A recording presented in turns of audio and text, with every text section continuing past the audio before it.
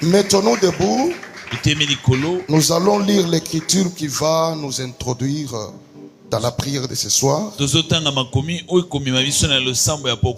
C'est dans les livres des Jean.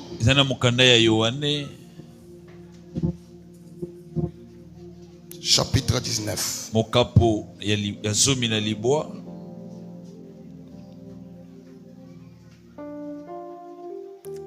Nous commençons à partir du verset 19.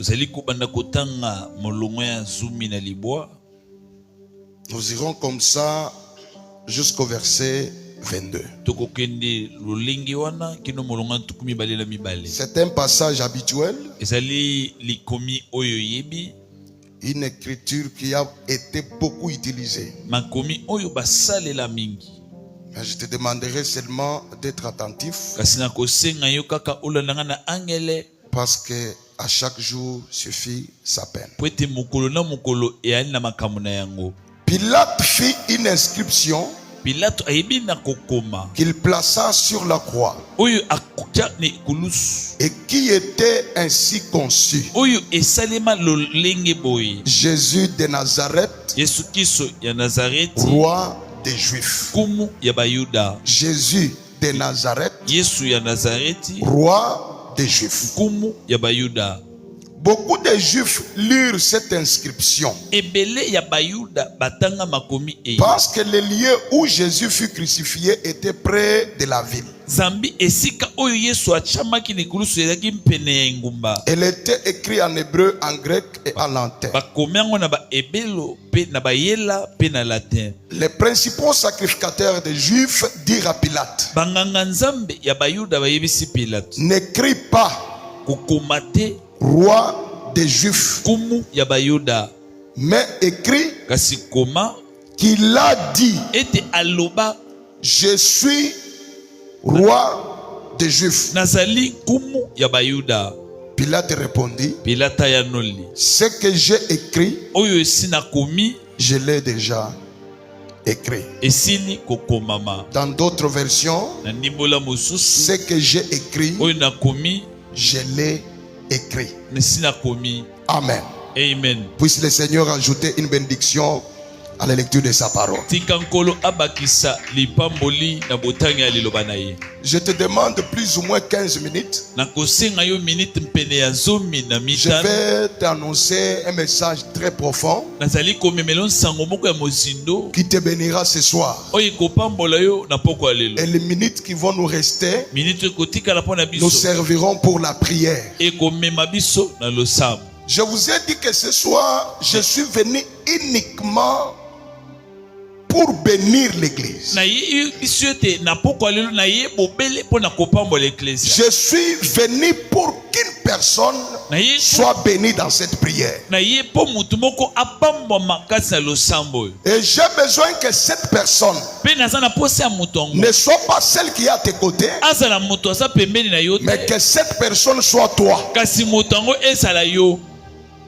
Ça dépendra de la manière où tu vas considérer les choses. Et ça dépendra aussi de ta foi. Le message de ce soir qui va nous bénir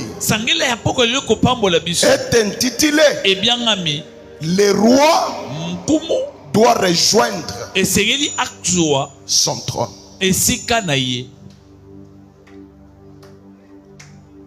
Le roi doit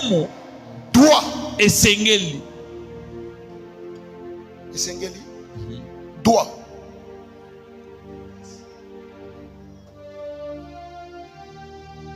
C'est une injonction. Ce n'est même pas une demande. Qu'il pleuve ou qu'il neige, le roi doit rejoindre son trône. C'est ça ma prière de ce soir.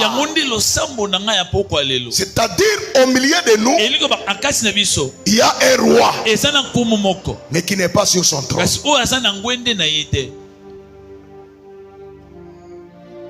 Au milieu de nous, il y a un roi qui doit rejoindre son trône. Écoutez, le verset que nous lisons, il s'agit ici de Jésus-Christ. D'abord en tant qu'homme, il a grandi au milieu de ses frères. Comme tous les garçons, il mangeait avec eux. Il était ordinaire. Il se vêtissait comme eux. Malgré l'œuvre de son père qu'il accomplissait. Mais il était considéré comme tout le monde. Parce qu'à ce temps-là, plusieurs ne l'acceptaient même pas. Écoutez, le moment était arrivé où l'écriture devrait s'accomplir. Le moment où ce qui a été dit sur lui devrait s'accomplir. Il a été trahi par Judas selon la volonté de Dieu. Nous connaissons qu'il a été arrêté. Il a été amené.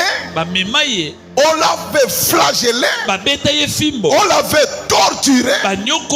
On a fait tout ce qu'ils avaient fait là. Et fin de compte, ils l'ont cloué sur une croix.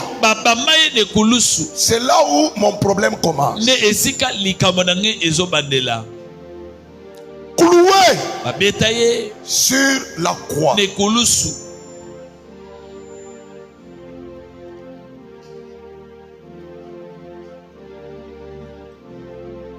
Et pendant qu'il était sur la croix,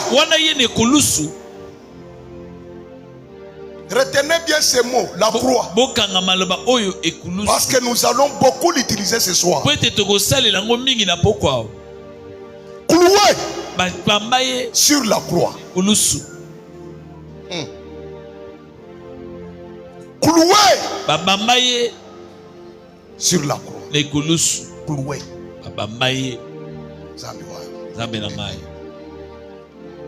Papa, cloué sur la croix, nu, sans vêtements, sur la tête, une couronne d'épines.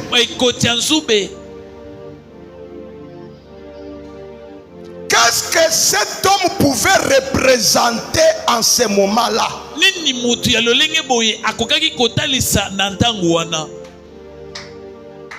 Son apparence pouvait annoncer quoi lui concernant? Parce que tout le monde qui le voyait pouvait l'injurier. Tout le monde qui le voyait pouvait le mépriser. Mais il y a eu un seul homme, Pilate, qui n'a pas eu le regard comme le regard de tout le monde. Qui n'a pas vu les choses comme tout le monde les voyait. Quelqu'un qui avait une œil de l'aigle. Quelqu'un qui avait une œil spirituelle. Quand Pilate regarde celui qui était sur la croix, né, ayant la couronne d'épines, Pilate entre dans sa maison. Je ne peux pas laisser cette affaire comme ça. Bien que tout le monde l'injurie, moi je n'entrerai pas dans le mouvement de masse. J'ouvre d'abord la parenthèse là-bas. Dans la vie, il faut avoir une position personnelle selon la révélation de Dieu à toi-même. Il ne faut pas être emporté par les vents du mouvement. Là, c'était une parenthèse. si les autres disent que c'est un voleur, ils savent pourquoi ils disent que c'est un voleur. C'est un meurtrier. Et selon vous, c'est un meurtrier. Mais selon moi, selon ce que je vois, selon ce que je sens, ce n'est pas un voleur, ce n'est pas un meurtrier. Moi, je vois quelque chose. Il fait son inscription. Quelle inscription?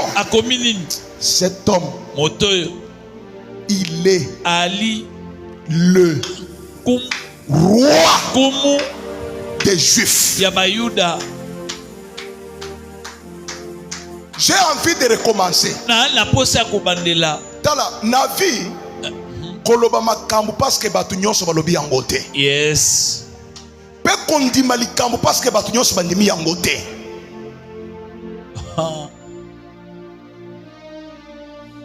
Na makambu nzambe majorité ezalaka te. Yes. Très important. Makambu yake la voix du peuple c'est la voix de Dieu, c'est le mensonge. Et l'okuta. La voix du peuple n'a jamais été la voix de Dieu.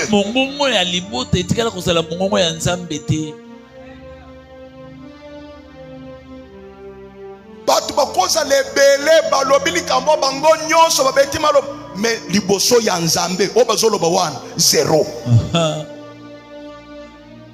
C'est point dengozo tambola boye full intimidé yote. Yes. Ebele ya batu intimidé yote. Amen. Ce qui est important, c'est la révélation particulière de Dieu à toi-même. J'ai aimé ton amen. Est-ce que tu peux encore augmenter? Maintenant une question. Pilate. Quand tu écris Jésus, roi des Juifs, c'est par rapport à quoi? Parce que les rois ne sont pas sur la croix. Les rois sont sur les trônes. Les rois n'ont pas une couronne d'épines, mais les rois ont des couronnes de gloire. Celui-ci n'a pas une couronne de gloire, il a une couronne d'épines. Il n'est pas sur le trône, il est cloué sur la croix. Il est roi par rapport à quoi? Là je comprends. Ce que Pilate avait écrit n'avait rien à faire à l'apparence. Parce que la véritable personne, ce n'est pas celle que vous voyez.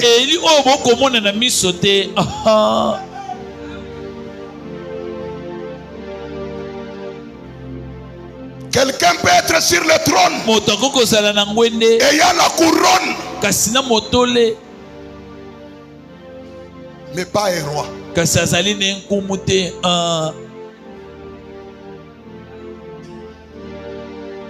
quelqu'un autre peut être sur la croix ayant la couronne d'épines. Toi tu peux te moquer de lui. C'est un temps. Je suis venu dire à quelqu'un, la croix c'est la souffrance. La croix c'est l'humiliation. Écoutez, la croix ne change pas l'identité que Dieu nous a donnée. Vous pouvez me clouer sur la croix, ça ne changera rien à mon identité. Je ne suis pas roi par rapport à mes habits, mais je suis roi par rapport à mon identité prophétique. Parce que chaque homme sur la terre a double identité. La première identité, c'est l'identité charnelle, naturelle, physique. Celle qui est sur ta carte d'identité, ta carte d'électeur. Mais La deuxième identité, celle qui est prophétique, celle-là n'est pas connue de personne.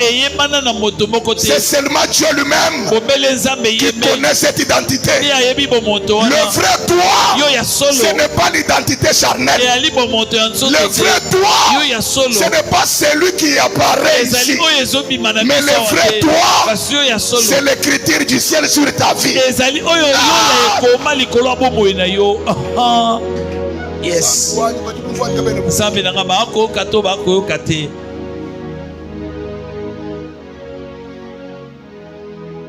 Écoutez, en venant dans ce monde, Dieu nous a assigné chacun une identité.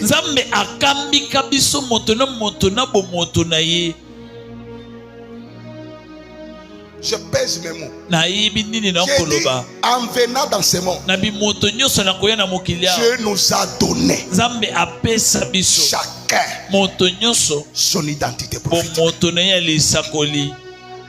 Si toi tu ne comprends pas, Jérémie va me donner raison. Il me dira oui.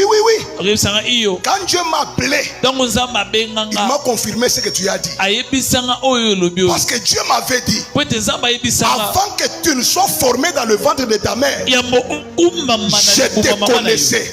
Ce n'est pas seulement te connaître, mais je t'avais déjà établi prophète. Mais un prophète qui n'est pas encore formé dans le ventre de sa mère.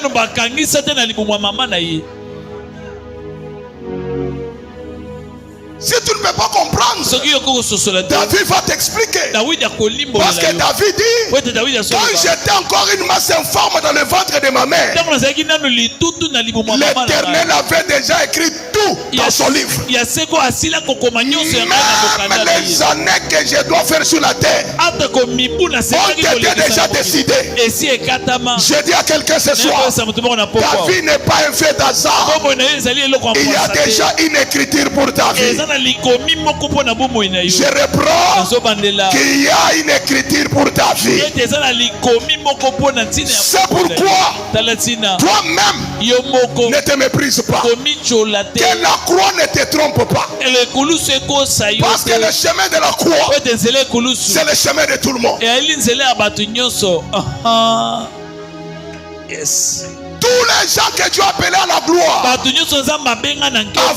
passer à la gloire, ils passent toujours à la croix. Il n'y a pas de gloire sans croix. Il n'y a pas de trône sans croix.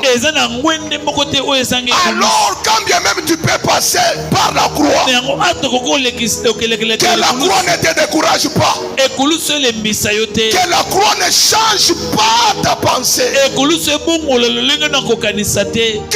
la croix ne change pas ta manière de voir les choses. Parce que la croix ne change rien, ne changera rien, mais elle renforce ce que tu dois être.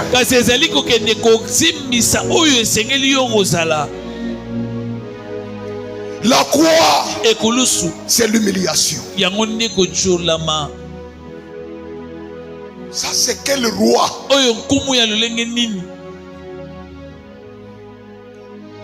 Papa, au moment où nous parlons, les rois comme toi, ça c'est les trônes. Mais toi, qu'est-ce que tu fais là-bas?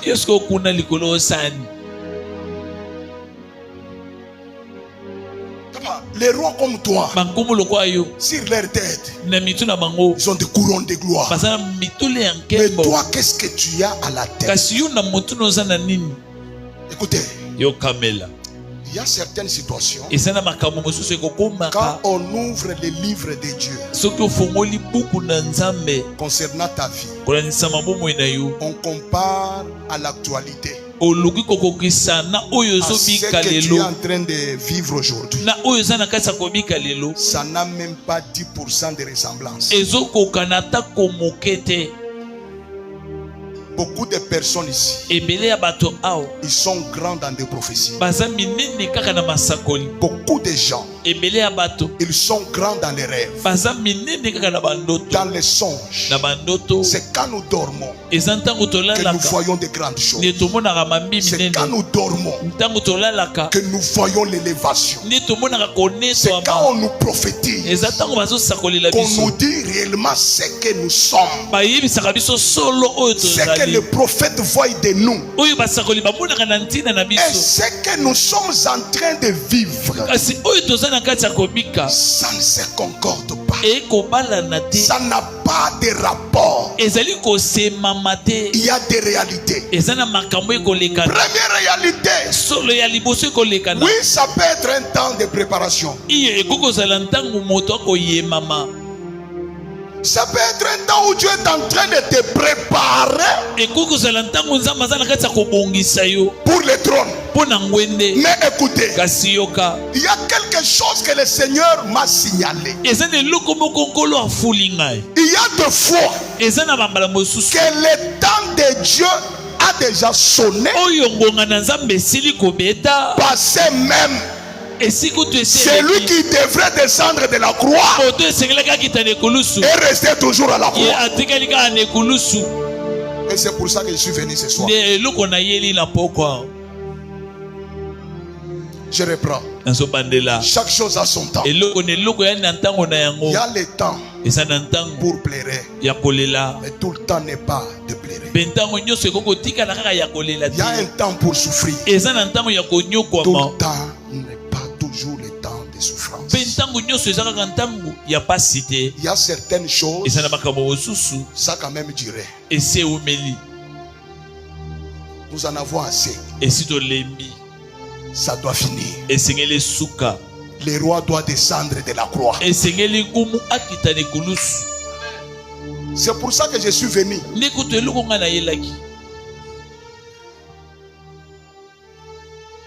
Au mariage, vraiment. Au mariage, il y a prophétie réellement. Selon l'écriture, selon son identité, l'identité de cette fille, vraiment. De oyo nzamba komi, même mokili baba qui est nekulus. Vraiment.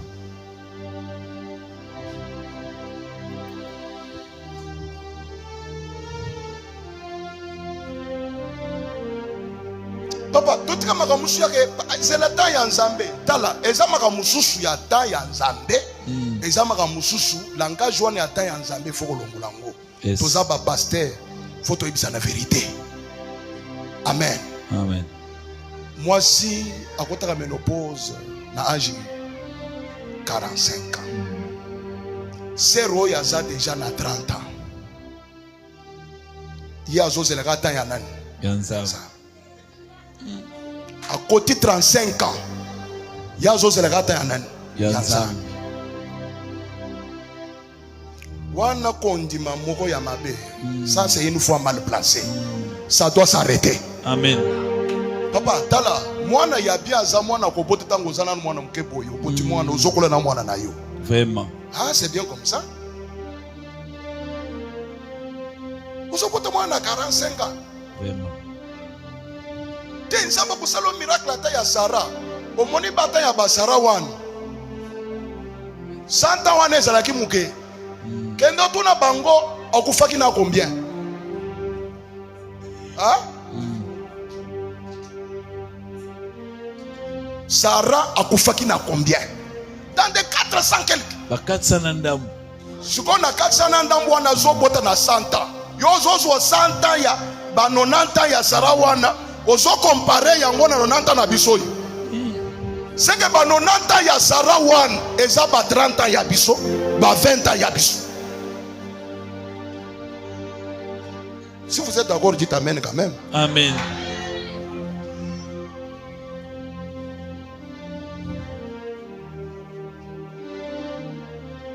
Parce qu'à boti mwana na ya moni tindenge mwana zokola. Hein? Monde mwana zokola. Akolisi mwana na ya moni mwana zokola. So yo zobota mwana na 40 ans. Tant mwana ko bisa 20 ans yo kozana combien? c'est yo konuna mwana zana université yo ozonuna siko so mwana liboso onuni abalite azana université siko ya misato je me préfère déjà botika makambwana lelo mokonzi moko azokita na ekulusu. Amen. Ake ya fandi na ngwende na ye. Yes. Omaka ndengo zondima wana ndenge pe ezosalema. Amen.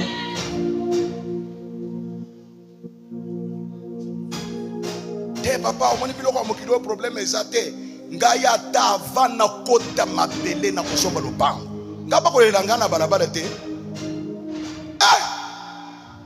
Depuis quand le pango est allé, c'est quand il est la moto. Vraiment. Qui t'a donné cette définition de la parcelle?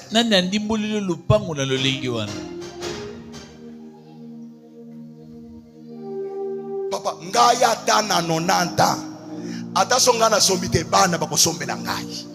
Ngai bako kunde la ngai kana lopango. Ngai bako le langa na lopango na ngai. Biso to solo kama pango ya baye le biso na mapango te. Vraiment. Taya kosomba lopango ya bien yango yo. Yes. Taya kotambola na mutuka makasi yango yo. Amen. Taya kolata bien yango yo. Yes. C'est pourquoi par souffrance nous sommes imposés yo. Parce que Satan l'a falsifié identité. C'est ça le problème de Satan. Il veut falsifier ce que Dieu a écrit. C'est pourquoi quand les Juifs font lire ça, qu'est-ce qu'ils ont dit à Pilate? Non, n'écris pas comme ça. On ne t'interdit pas d'écrire. Tu peux écrire, il n'y a pas de problème. Mais tu dois seulement changer. Bon, changer comment? N'écris pas roi des Juifs. Parce que là, tu es en train d'affirmer qu'il est roi des Juifs. Mais écrit, c'est lui-même qui a dit qu'il est roi des Juifs. Vous mentez. Vous n'allez pas falsifier mon identité.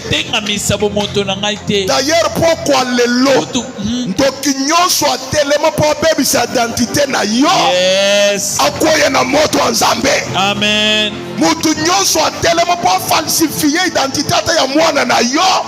Mopanga ya Nzambe landa ye. Amen. Pete babakolo ba feu. Feu. Matamakasi feu. Feu. Il y a certaines choses qu'il ne faut pas accepter.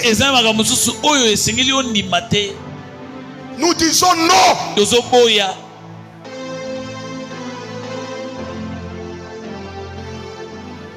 Roi des Juifs. Ah, en quelque sorte, ça devient comme une injure.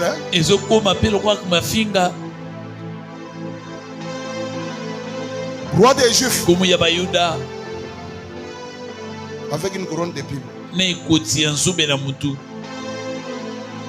Boss de boss. Mais n'empoche rien. Vraiment. Mais ça devient quand même une injure.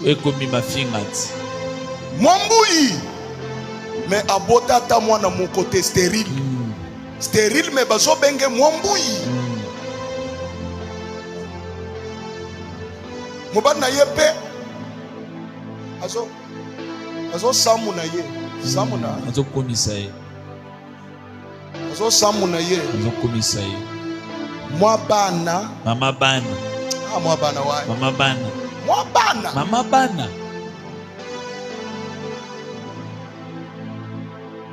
Bana be. Bana ngoya ya jende sisto ya damu. Pourquoi ya lelo? Tokotu na Nzambe. Vraiment. Pona nini totikalika na bakombo. Vraiment. Mais na vie réelle, tozo représenter oyo bakombo na biso ezate. Vraiment.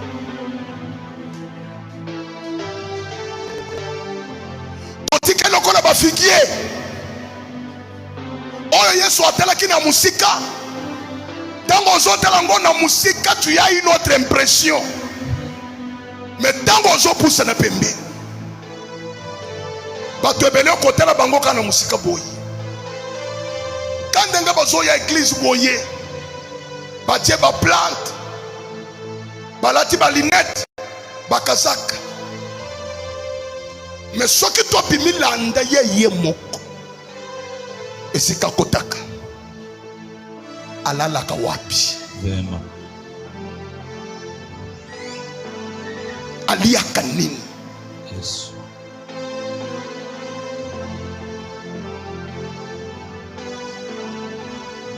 Totikali na honneur kaka ya ba réseaux sociaux.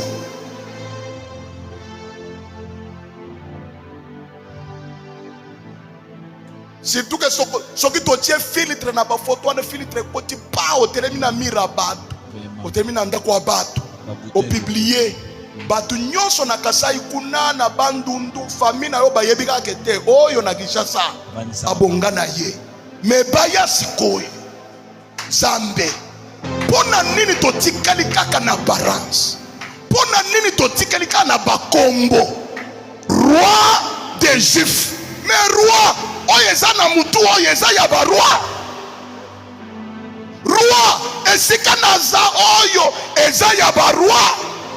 Gloire à Dieu. Parce que Jésus n'était pas resté éternellement sur la croix.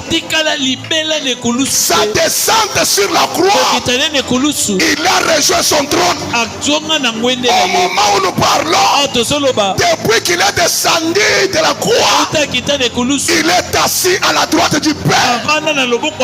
Ce soir, toi aussi, tu vas rejoindre ton trône. Parfois ton trône c'est ton élévation. Ton trône c'est ton mariage. Ton trône c'est ton emploi. Par la grâce de cette prière, le Dieu de Bertha ne va pas t'abandonner, ne va pas te laisser.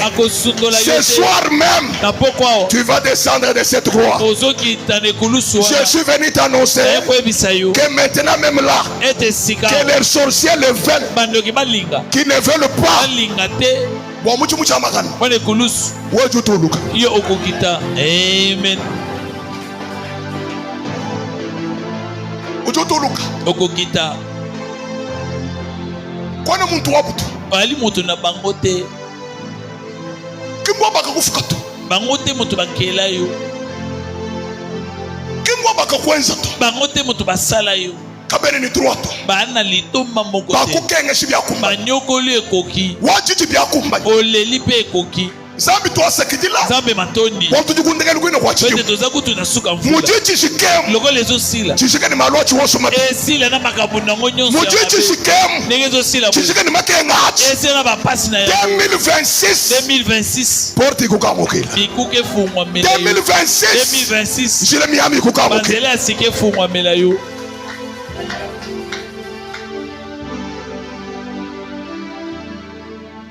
La Bible dit, les bontés de l'Éternel ne sont pas épuisées. Ses compassions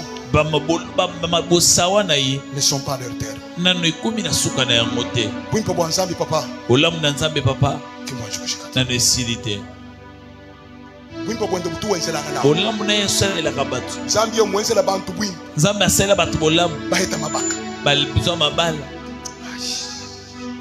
Zambe mulesha bantu bwimbi. Zamba talisa batu bolamu. Balela mahasa ngojile. Abota mapasa mbalami balemisatu. Zambia mulesha bantu bwimbi. Zambi dumone. Zamba atalisa batu bolamu. Mangato. Kisite. Wangata muntu mufami wa bijingi. Azo muntu na libota ya bizengi. Watula muntu. Akubimisiye. Lelo muntu oshala muntu wajikema. Lelo muntu anakomi muntu mongo ya somo. Bintu biende bitu wenzabya. Babolamu na yasala kawana. Kinyanju kushikato. Nano silite. Bishijuko. Ezananu. Na sijulo lweji. Atana pokwao. Bijuko. Ezananu. Jigamane julo lweji. Nazoba na pokwao. Bijuko. Ezali. Kujumuntu mko bujinzambi wa ngula mwabi. Ezana mutu nzamba ngula. Muchi fami sa forme. Oyo libuta isanga kombo. Kadu mweshi ye ya forme. Ya ye kopesa elo lenge. Zambonga na yebi. A besoin de ta famille. Azaku totana posa te ayeba libota na yo. Pour faire quelque chose avec. Pasala likamu na yo. Pour terminer, écoutez ce que je vais dire. Jésus quitte la croix.